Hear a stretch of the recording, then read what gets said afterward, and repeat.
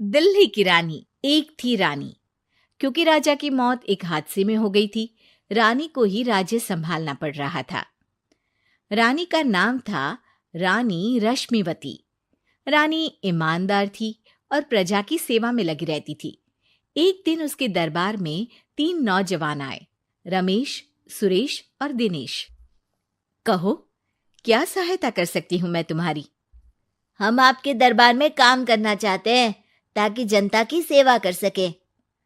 लेकिन अभी तो तुम्हारी उम्र बहुत छोटी है।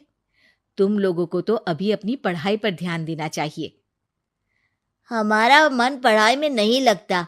माता पिता को लगता है कि हम किसी के लायक नहीं हैं और हम साबित करना चाहते हैं कि हम लायक हैं। उत्साह बहुत अच्छा है, मगर अभी उम्र कच्ची है तुम लोगों की। अरे उम्र से क्या होता है रानी जी? शास्त्रों में लिखा है कभी किसी के ज्ञान को उसकी उम्र के आधार पर नहीं देखना चाहिए। बात तो सही है तुम्हारी। और अगर सच में तुम अगर ये संकल्प करके आए हो कि तुमको यहाँ काम करना है, तो पहले परीक्षा देनी पड़ेगी। 3 परीक्षा, एक शारीरिक परीक्षा, एक बुद्धि की परीक्षा और एक देशभक्ति की परीक्षा। और ये क्या है? वो मंत्री महोदय तुम्हें समझा देंगे। हमारे पास समय नहीं है। अगर तुम लोग तैयार हो तो बताओ। हाँ हाँ, हम तैयार है किसी भी परीक्षा के लिए। मैं भी तैयार हूँ कुछ भी कर गुजरने के लिए।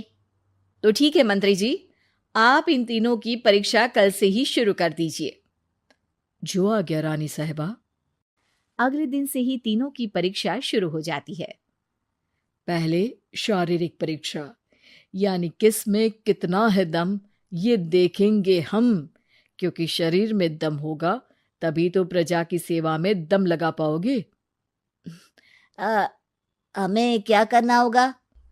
वो पेड़ दिख रहा है, जो सबसे पहले चढ़ेगा उस पे दरबार में नौकरी पाने के अवसर उसी के बढ़ जाएंगे। मैं चढ़ता हूँ। अरे रुको रुको, गिनती गिनने दो। 1, 2, 3। 3 की गिनती के बाद रमेश और सुरेश भागकर पेड़ के पास गए, मगर दिनेश आराम से पेड़ के पास गया। जैसे ही रमेश और सुरेश आधे पेड़ तक चढ़ गए, दिनेश ने उन दोनों की टांग पकड़ के उन्हें नीचे गिरा दिया और खुद पेड़ पर चढ़ गया।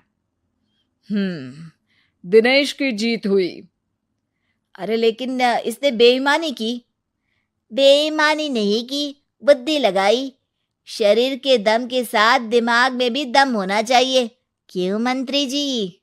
हाँ हाँ, बात तो तुम्हारी सही है, लेकिन बात अगर बुद्धि की है तो बुद्धि की असली परीक्षा हम कल लेंगे।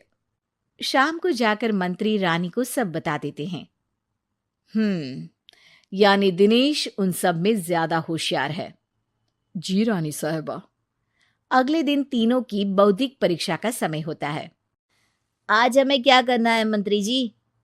थोड़ा सब्र करो, कल जल्दबाजी में ही हारे थे तुम। सही कह रहे हैं मंत्री जी। अरे तू क्यों ज्यादा बोल रहा है? तू भी तो हारा था ना कल। ए दिनेश, ज्यादा होशियार मत बन। अरे अरे अरे, लड़ो मत।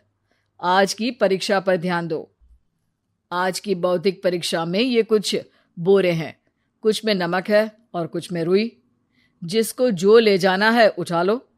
देखते हैं कि कौन जल्दी से कोई भी एक बोरा नदी के उस पार लेकर जाता है।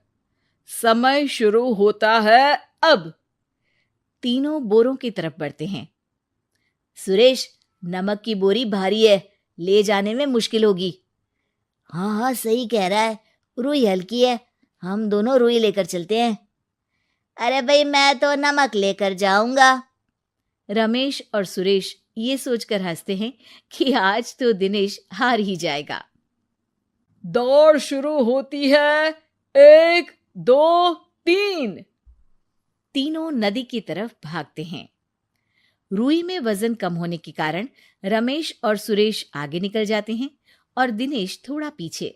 पर जैसे ही वो सब नदी में जाते हैं, दिनेश की बोरी का नमक गलने लगता है और वजन कम हो जाता है, जबकि रमेश और सुरेश की रुई में पानी भर जाता है और बोरी का वजन बढ़ जाता है।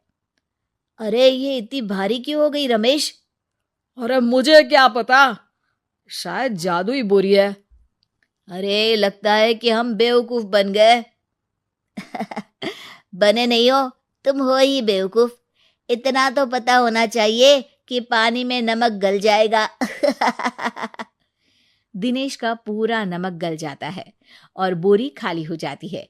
वो जल्दी से रेस पूरी कर लेता है।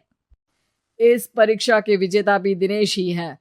उसने दिमाग लगाकर दिखा दिया कि वो बौद्धिक परीक्षा में भी रमेश और सुरेश से आगे है।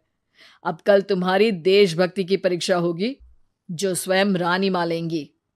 रात को फिर मंत्री रानी के पास जाकर बता देते हैं कि आज की परीक्षा में कैसे दिनेश ने अक्लमंदी दिखाई और बौद्धिक परीक्षा में भी उसी की जीत हुई।